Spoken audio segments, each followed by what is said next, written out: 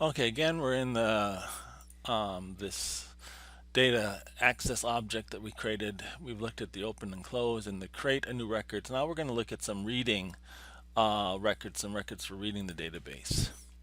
So again, we've got our planet table DAO object, and we declared and we have a database that we're using, SQL database. We also have a database helper that we can use. So here we're going to look at two methods for reading the records. One is going to read all the records, all the planets in the database. Other one is just going to go get one planet from the database. So if we're going to get all the planets in the database, we're going to return a list of planets, or actually an array list of planets. So we're going to create a new array list of planets. So we're going to have to query the database. The database query returns what's called a cursor, which is a set of records for the database.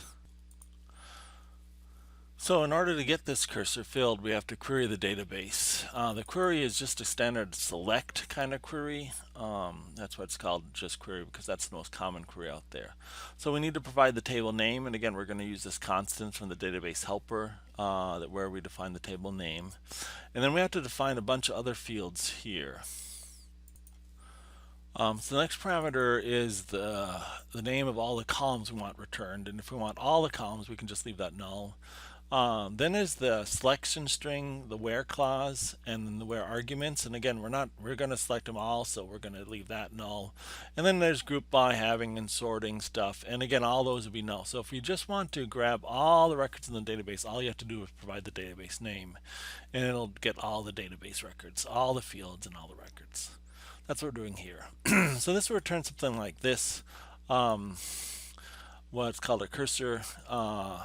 It just keeps track of each record in a row as we go. And initially, we're looking at we're before the first row of the database here. So then we go through this loop while cursor.move next. So we do move next, which goes to our next row here. So we've got this row highlighted, or the cursor is pointing to that row in the database. And then we're going to read the values here. Now each of these rows, we can read them by the number. This is column 0, column 1, column 2. So we're going to actually just take that cursor and convert that into a planet. We do this a couple times, so we're going to make a little routine down here, right down here, cursor to planet. We're going to pass in the cursor, and again, it should be pointing to a record in the database. And we're going to have it map that record into a planet object. Remember, we created this special planet object with the same fields as the database, or at least corresponding things. So string to map into the text SQL text field. So all we have to do when we have the cursors, we can say cursor.getLong, and then if we want the ID field, we just have to specify ID 0 here. But again, we don't want to rely on those numbers exactly. So what we do is we go cursor.getColumnIndex, and then we specify the name of the column. So then we can say the underscore ID column. But again, we don't want to hard code that in. We want to use the database helper constant. So we get database helper.db field text. So this just says get the 0th field. And it saves that into an ID. The next field is the title field, and it's a string. So we're going to declare a string called name, and we're going to use the cursor we're given, and again, get string. And then we could just put a 1 here, but we're going to make it more complicated than that. So we're going to say cursor.getColumnIndex, and then we're going to specify the name of the field, which is title, in case at some point these fields get moved around or something like that. Some field gets added or something. So we're going to say title here. But again, we're not going to say title as a string. We're going to go to the database helper, and we're going to go to the database field planet name and use that constant, which is title. So this does all that, but does it in a way so that if the database changes, we'll still get the right field. And same with gravity. We've got our gravity field. That's a float, and we're going to grab the gravity field from the database, the cursor. So that'll grab, again, our cursor, our database has all these records. The cursor is currently pointed to this record, and so it grabs those 3 values, saves them here, and then we're going to create a new planet. Remember, we created this planet object with all the fields in the database, and we have a nice constructor here, so we can just call that constructor, create a new planet, and return that. So that'll take the cursor and then return a planet object for that. So back up here in our while loop, where we're going to loop through each record, we called cursor to planet, gave it the cursor, and then we get a planet back, and we add our planet to this array list of planets. And we're going to loop through again. So now the cursor will do cursor.move to next. It'll now highlight this one, and again we'll pass the cursor to the cursor to planet.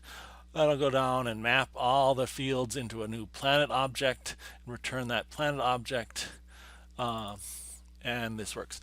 We were talking earlier about some automated processes with Hibernate that do this object to a relational database mapping for us, and this is what they're really doing, is things like that. This taking a database object or results from an SQL cursor and then creating an object for that. Okay, so we keep looping through, going one by one, and each one of these converting into a database, a planetary object, and then returning that or adding that planet to our array list of planets. And when we're done, we're going to close our cursor that we created up here, and then return this array of planets.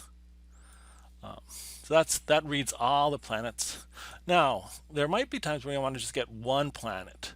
Now, how do you specify which planet you want to get? I think the most common way would be with the name of the planet. Let's say I want Mars. So if I know the name of the planet here, I can get that. So I'm going to have another read method here called getOnePlanet. And it's going to be similar to the thing above, but we're going to provide it a string for the name, and then in the where clause we're going to say where the planet's name is Mars or whatever it is. So rather than having an array of planets, we're going to have a single planet. And initially we're going to create a null planet, a planet with empty, not a null planet, just an empty kind of planet with fake data into it.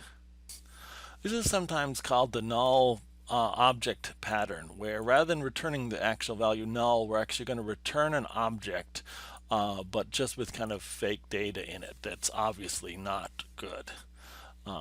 So we create a null of a planet and hopefully we'll go to the database and find the correct planet, but this will be returned if we don't. Okay, so now just like above here, we create a cursor. We do a query, an SQL select string for our database. So what we're basically doing is, in our first SQL command, we did this command, select star from planets. So select all the fields from the planets and no where clause, so we got all the records.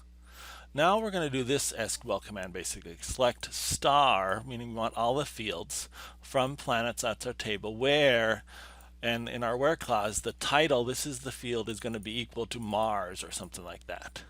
So we're going to be passed in the name of the planet. So when we're looking at this, this name is the name of the planet we're going to go. So we're going to structure this select string with our query. So the parameters are in here. The first thing we'd have to do is provide a table name. And we have that in our, we have a string for that, defined string constant, database table name. Then we have to select what columns we want, and we say null, that'll be the star, all columns. And then we're going to specify what fields we want. So here we want to say where title equals, and then we have a placeholder to put in our parameter here. So, but again, title is a constant.